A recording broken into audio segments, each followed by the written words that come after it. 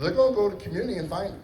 And when they go to the community, they're most likely going to find others that weren't even on their radar. So that puts the immigrant community at greater risk of ICE action. It puts law enforcement at great risk because rather than taking custody of a criminal inside the safety and security of a jail, now they got to knock on the door. And as the ICE director, I went to bed every night praying that my men and women go home safe that night. Because I tell you what, and I lucky, I retired before it happened.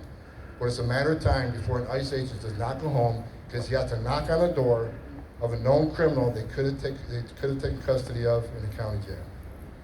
And I ask any politician, including Elrich, I've called Elrich out 100 times. If he went to the immigrant community and asked them this one simple question, would you rather have ICE in your community or in the county jail? What do you think they're going to say? They're going to say the county jail because it makes sense. So the sanctuary city laws are nothing but sanctuaries against criminals. It's a pushback against this president and everything he stands for. I tell you, on the way up here, I was telling Chuck earlier, on the way up here, my phone rings. This is the greatest president in my lifetime, President Trump calling me on my cell phone.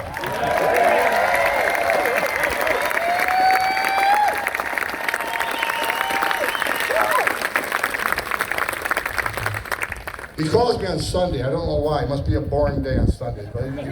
But he called me.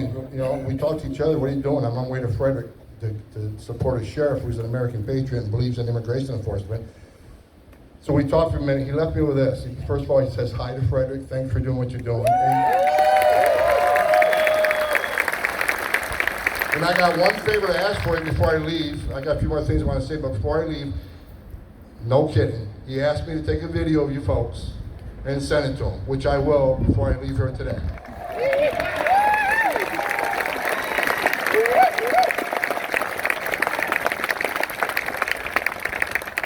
I've been going around the country giving a lot of speeches with the Heritage Foundation. I actually gave a speech at Judicial Watch a couple weeks ago.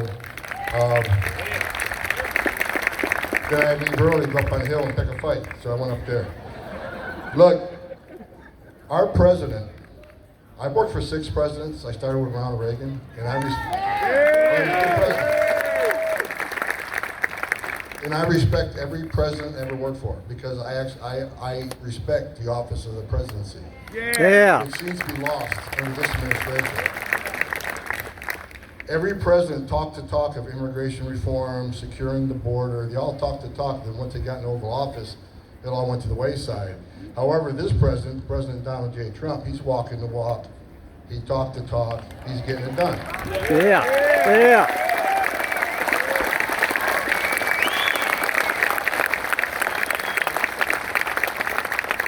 I asked President Trump to have the DOJ look into Montgomery County. Because here's the problem with DOJ.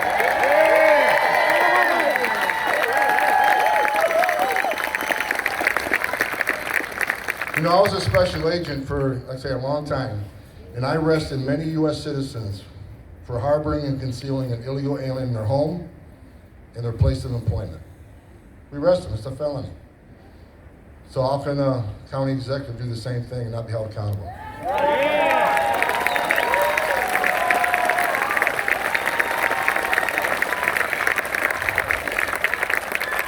And for those that don't, it might make sense to explain to you real quick what exactly we're talking about.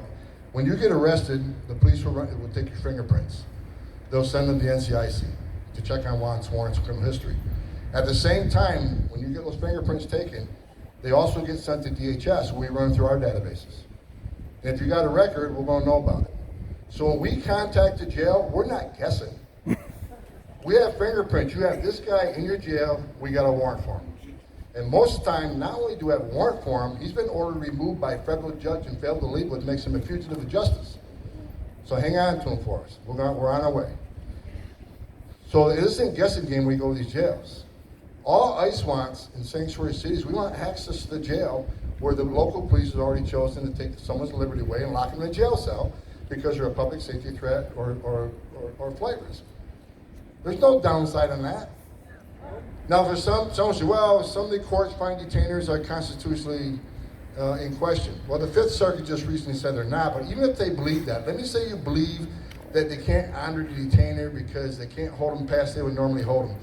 If you read the entire detainer, the detainer also says, hold them up to 48 hours and let ICE know before we release them. They don't have to hold a minute past they would normally hold them. Just call ICE before you release them and they'll be there. They don't have to hold them for a minute. So there's no liability there. This is a choice by a law enforcement officer, or in this case, the county executive, to turn a blind eye to our federal laws and to push back on this president on and what he's pushing for immigration enforcement. It's a push back against ICE officers and agents who are constantly getting vilified by politicians like this, who don't get the truth, who don't want to know the truth. Like the last 3 times I testified in front of Congress, they don't want to hear me talk. They kept trying to shut me down. Well, good luck with that one.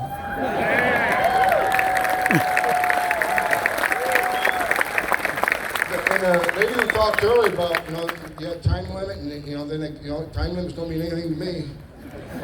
You can hit that gavel as much as you want. They work for me. They work for you. Yeah. Yeah. I'll tell you a funny story. A couple of testimonies ago, I was going at it with Ocasio-Cortez. What an idiot. So here I am. I'm explaining to a lawmaker that entering the country is actually against the law. And the next day, I'm smoking a brisket in my backyard, listening to little Merle Haggard. And my phone rings, and it's the president. He says, him and Lindsay were golfing. Do you want to call me and say, great testimony? I said, really appreciate it, and how I set Ocasio-Cortez right. And made her look stupid. And I said, no thanks needed. I mean, isn't that hard? She's a moron. I mean, how can you make so much people that already know?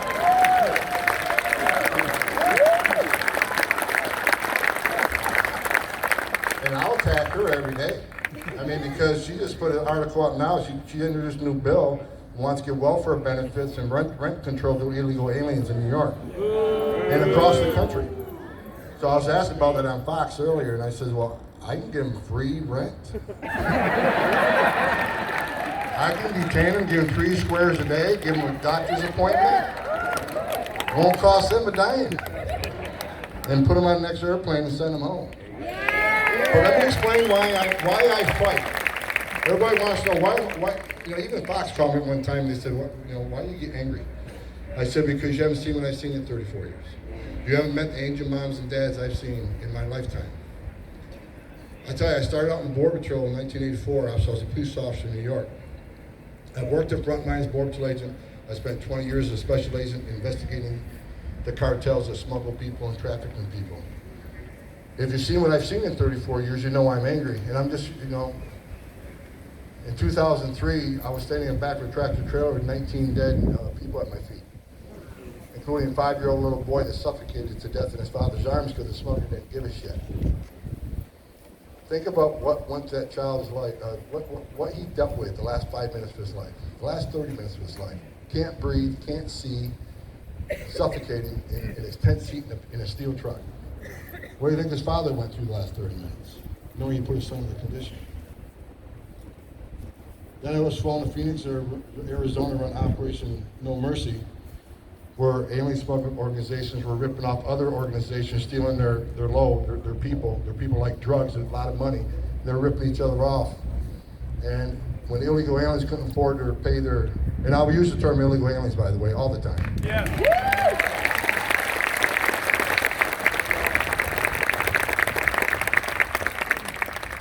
He's probably what the Secretary of Homeland Security just said. But when they couldn't pay their fee, because they agreed to pay $7,000 to get to Chicago, then once it got to the state side, now these organizations know how much they're worth, so they call the relatives up. Say, we got your son, we got your brother, we got your father. Send us $15,000 to this address, or wire the money to this account. And they said, wait a minute, the deal was $5,000. Well, it counts $15,000. Send it to us, we kill him. We'll torture him. We'll rape her. And they did. Many of them. Bodies were piling up in Phoenix. These organizations don't care about these people. I remember one guy couldn't pay his fees, and when we found him with the local PD, he was stabbed in the face 22 times. That's how he died.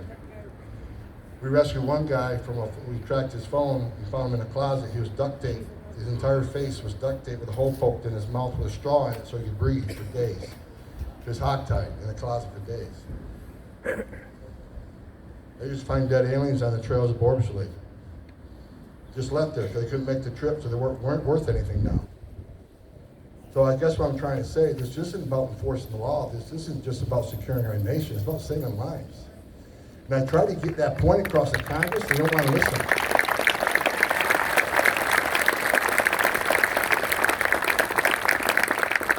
And that's why it blew up on them last time. They want to track the president. They want to vilify the men and women of ICE. They want to vilify the men and women of the Border Patrol.